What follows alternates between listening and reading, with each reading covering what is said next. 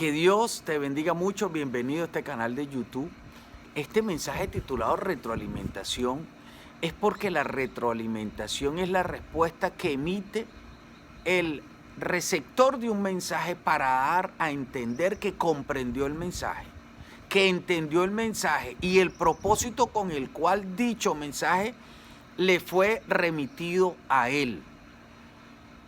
En la iglesia de Tesalónica encontramos un ejemplo ideal de cómo los ministros y cómo los creyentes de esa iglesia hicieron delante del Señor una manifestación ejemplar de que habían entendido el mensaje de la palabra de Dios, que habían entendido la responsabilidad que el escuchar la palabra de Dios y vivir y caminar en el propósito había hecho en ellos. Los ministros de esta historia están representados por Pablo y Silas, dos ministros que tenían la misión de llevar la palabra de Dios a Tesalónica.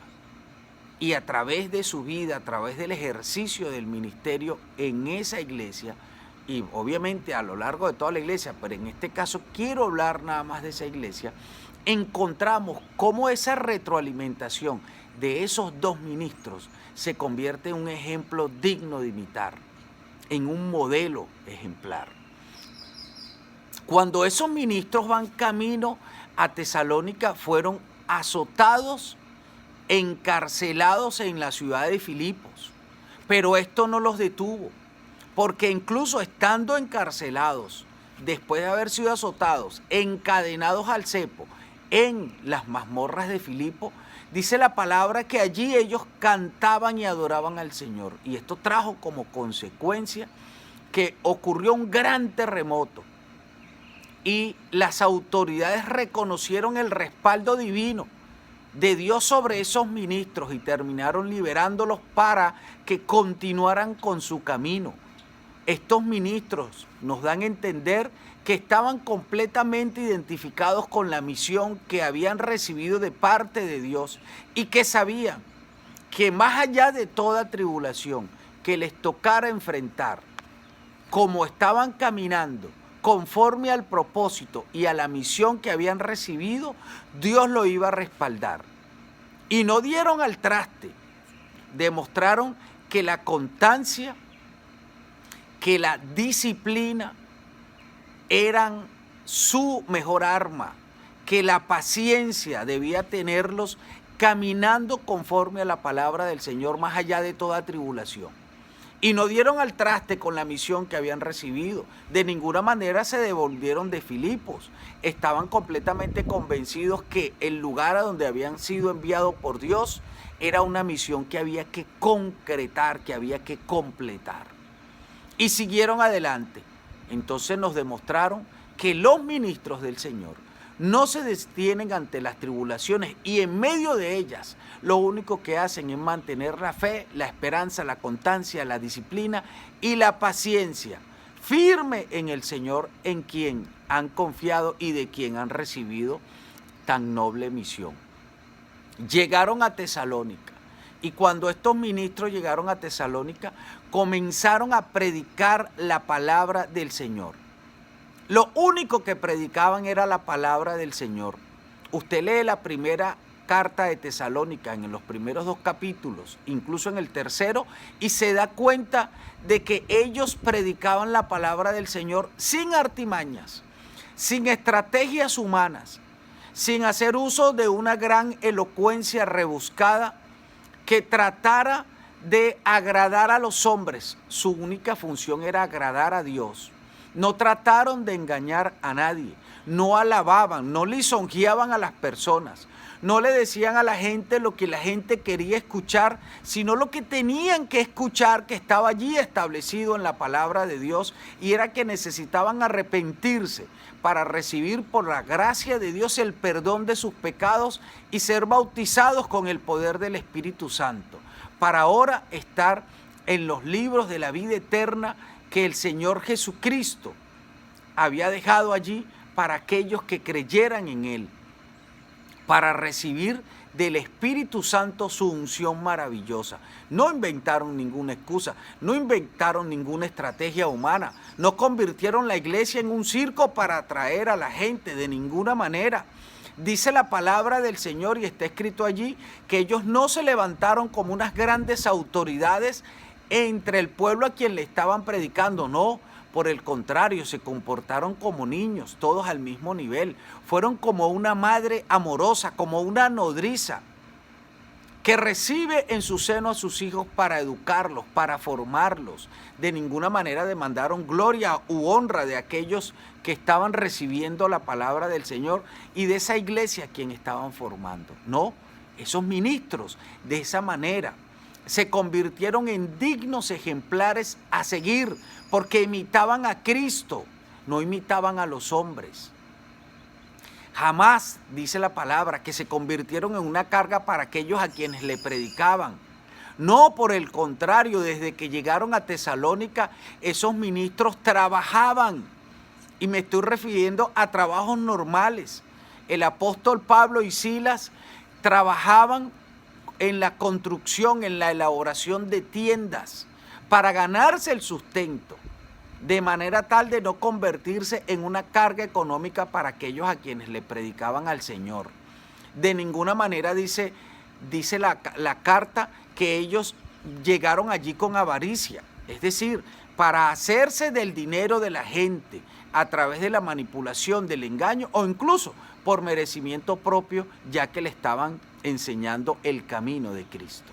No, jamás se aprovecharon del dinero de las personas, jamás se sintieron que estaban por encima de ellas, y lo único que hicieron fue imitar a Cristo y predicar la palabra del Señor y demostrar que más allá de toda tribulación ellos tenían una misión que completar y que primeramente había que agradar a Dios antes que a los hombres, pero tenían clara la misión.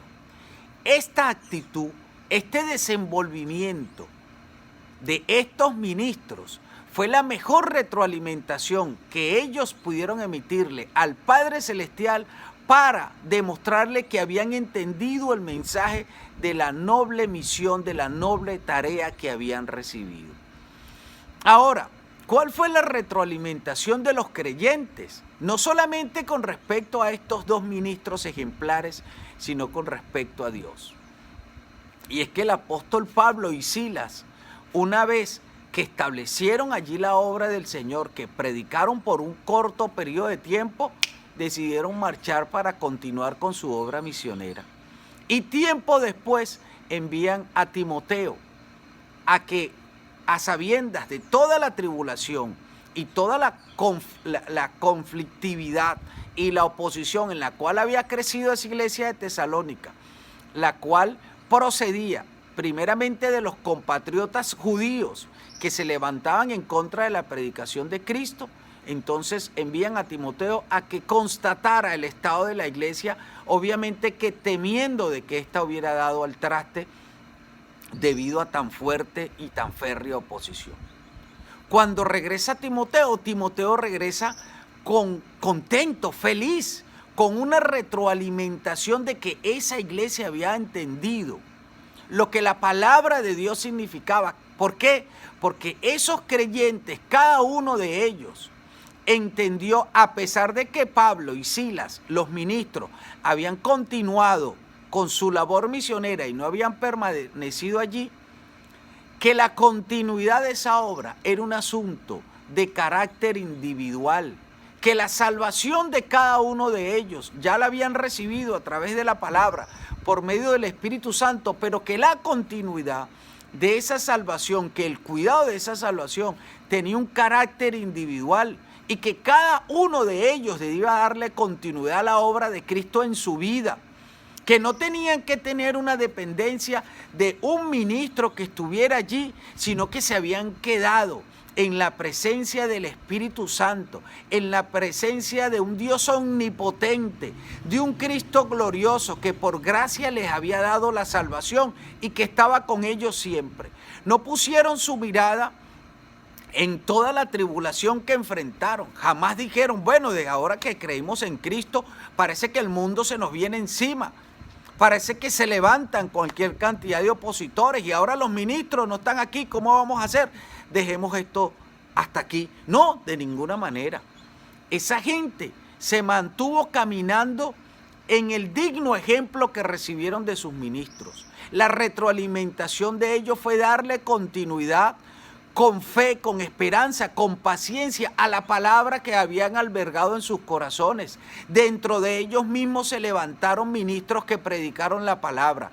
Y no solamente su retroalimentación se limitó a aguantar la tribulación, la oposición que recibieron, sino que el ministro enviado a ver qué había pasado regresó con la buena noticia de que esos creyentes no se quedaron únicamente en el sector de Tesalónica, sino que a través de obras de amor, a través de una vida que imitaba a Cristo, habían alcanzado otras regiones y muchísimas otras personas más habían conocido al Cristo que habían dejado sembrado estos apóstoles inicialmente en el corazón de algunos pocos en Tesalónica.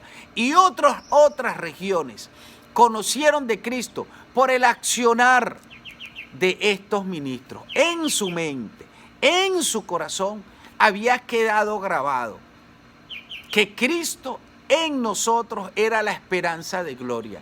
Y por esto, la retroalimentación que manifestaron esos creyentes fue asumir la responsabilidad y continuar con el legado de Cristo, cada uno, desde sus casas, a través de sus vidas, convirtiéndose en ejemplos de fe para la región de Macedonia y expandiendo el evangelio a otros lugares, a otras casas. Ministros constantes, dedicados, sin intenciones ambiguas, que pusieron como único interés a Cristo, que jamás se convirtieron en una carga para aquellos a quienes le predicaban, que jamás estuvieron llenos de avaricia, de ambigüedad, que jamás utilizaron un montón de estrategias humanas ni convirtieron la iglesia en un circo para predicar la palabra del Señor.